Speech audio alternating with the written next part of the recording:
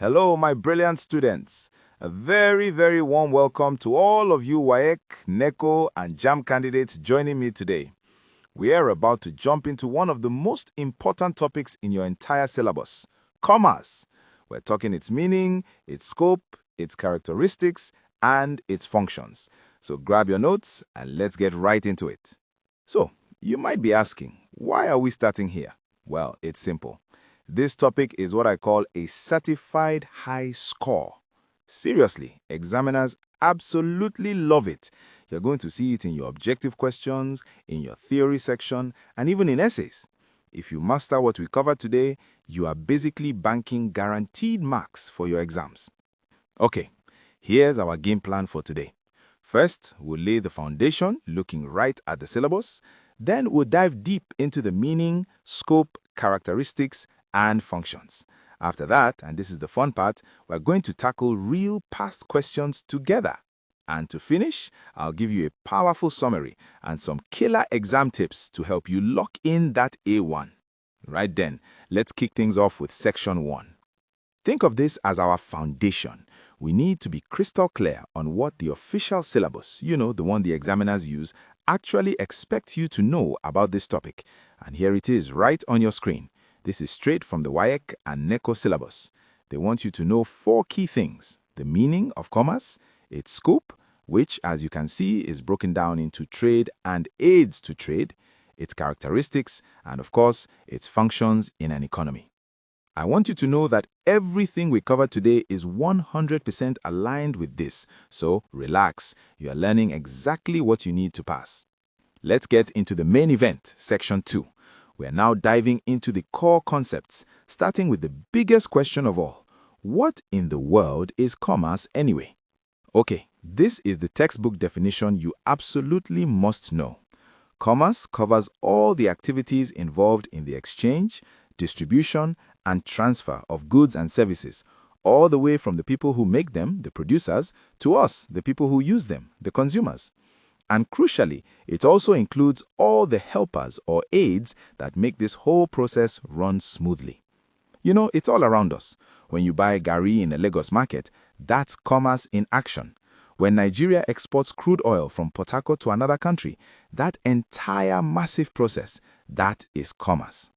Now, this is a point where a lot of students get confused, so let's clear it up right now. The difference between industry and commerce is actually really simple. Industry produces things, it makes the goods. Think of the Dangote cement factory churning out bags of cement. Commerce, on the other hand, is all about the exchange and distribution of those goods. So think of Bonogun Market in Lagos, where thousands of different items that have already been produced are bought and sold every single day. So remember this: industry creates, commerce moves. Simple as that. The scope of commerce can feel really big, but it's actually easy to understand when you break it down into its 2 main branches. That's it, just 2. First, you have trade, which is the actual core activity of buying and selling. And second, you have the aids to trade. These are all the support services that make trade happen in the first place. Let's look at each one a bit closer. Okay, so let's look at trade. It's also divided into 2 types. First, we have home trade. This is all the buying and selling that happens right here within Nigeria. A perfect example is a trader who buys those beautiful fabrics from Aba and then sells them in their shop in Ibadan. That's home trade. Then you have foreign trade, which is buying and selling across borders between countries. Think about when we export Nigerian cocoa to Europe or when we import cars from Japan. So to keep it simple, home trade is local, foreign trade is international. Now for that second branch, the aids to trade. Honestly, these are the unsung heroes of commerce. Without them, trade would be incredibly difficult, maybe even impossible. We're talking about banking, like GT Bank, providing the money and payment systems for transactions. We have insurance, which protects goods against risks like fire or theft.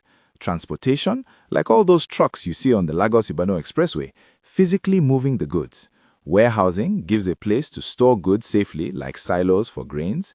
Advertising, you see it everywhere, those big billboards for Indomie, letting people know about products. And of course, communication, like when you use your phone or the internet to order something from Jumia. All of these services work together to help trade happen smoothly. Excellent. I think we've got a solid grip on that now. So, since we understand what commerce is and its scope, let's push on to Section 3. Here, we're going to look at the unique features that define commerce and, maybe more importantly, the huge role it plays in our nation's economy. So, what makes something a commercial activity? Well, first, it's always exchange-oriented, and voluntary trade happens. It's an economic activity that aims to create value, or what we call utility. It always involves bearing risks. A trader's goods could get stolen, or market prices could suddenly crash. It's also driven by a profit motive. People are in it to earn an income. It's interdependent. It just can't exist without production on one side and consumption on the other. And finally, commerce is dynamic. It's always changing. Think about it. Commerce in Nigeria has evolved from the old system of trade by barter all the way to the e-commerce websites like Jumia and Konga we use today. So, what does commerce actually do for us as a country? What are its functions? Well, it connects producers and consumers, bridging that gap. It creates massive employment. Just think of all the people working in retail, banking, or transport. Think of a place like Computer Village in Ikeja. It improves our standard of living by making all sorts of goods available to us. It generates revenue for the government through taxes and duties, which can then be used for projects. It also promotes specialization, allowing a region like the Niger Delta to focus on oil, while other regions can focus on agriculture. You see, commerce is truly the engine that drives our economy. All right, theory time is officially over. Now for what I think is the most exciting part, applying all this knowledge to smash some real exam questions. This is where the magic happens. This is how you prove to the examiner that you really know your stuff. So I need you to pay close attention now. Okay, here's our first one, and it's from WAEC. The question says, the process of buying and selling and distribution of goods and services is known as...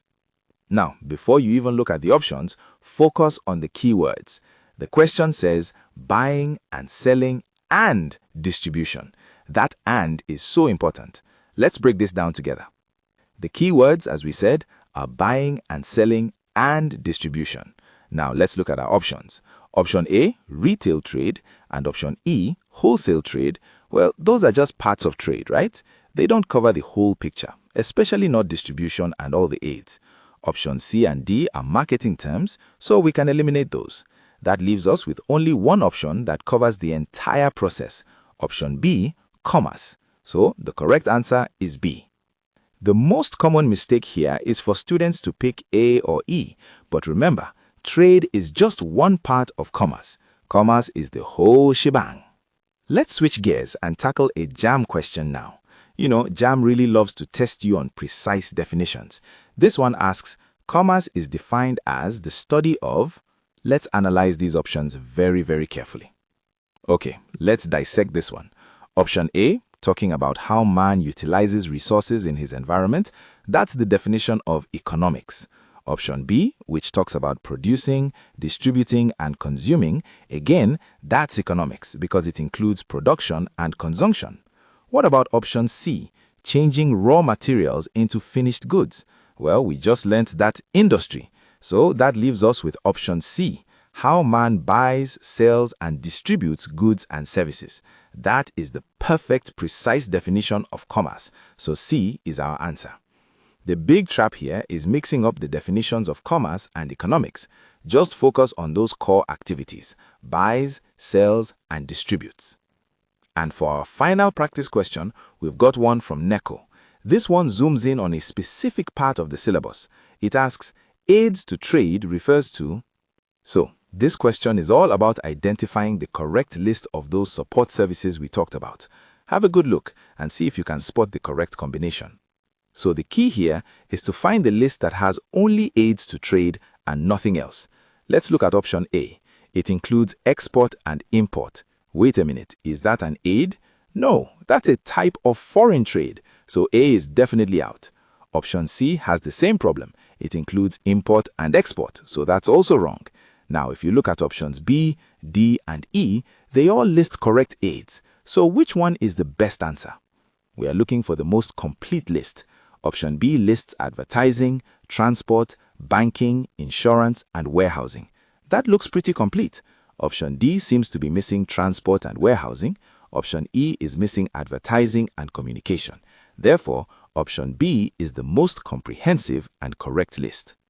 The common mistake here is simple, mixing up the two branches of commerce. Remember, aids support trade, they are not trade itself.